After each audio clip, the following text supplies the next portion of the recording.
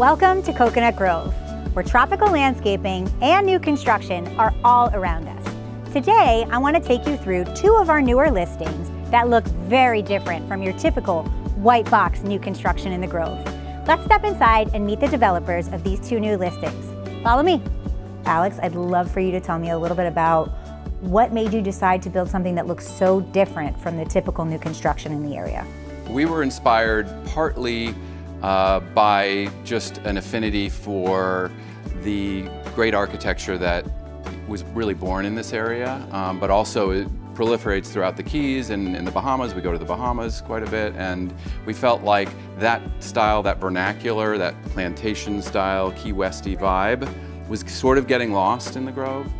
And there's a lot of modern contemporary houses which are great, but don't necessarily belong in this neighborhood. I know people really love what they're seeing. I get all kinds of calls from people who are driving through the neighborhood and wondering, what is this? Has it been there forever? It really feels like something that's been part of the community, but oddly enough, it's a new construction.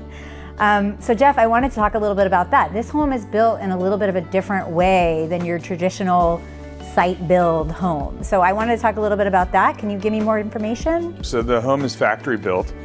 We went that route because we found that you have the ability to have an entire home built with very little tolerances, right? It's built in a factory, it's not exposed to wind, rain, any issues, and it's built where the tolerances and the laser cut wood that goes into every little piece is done in a factory, built to specifications where there are no gaps in the doorways, in the windows, with the insulation. Like, it just has much better, tighter tolerances. And we felt that that would be great and largely embraced in South Florida.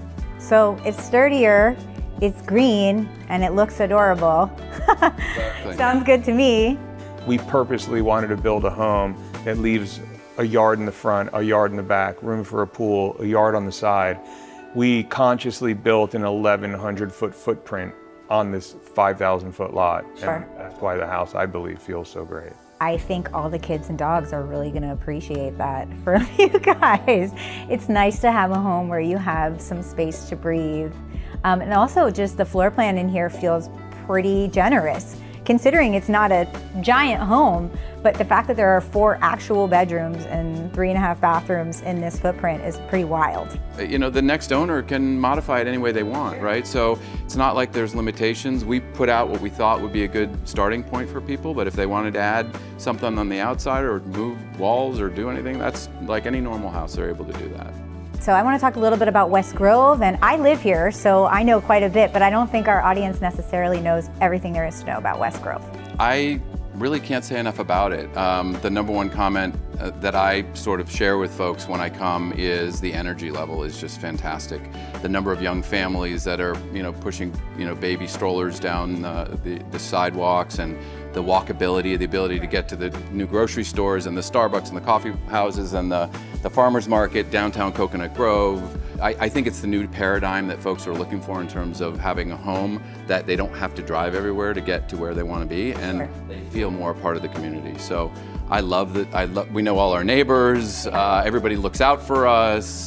They've just embraced us, and we feel a real sense of community. So I can't say enough great things about it. It's a real neighborhood. It's fantastic.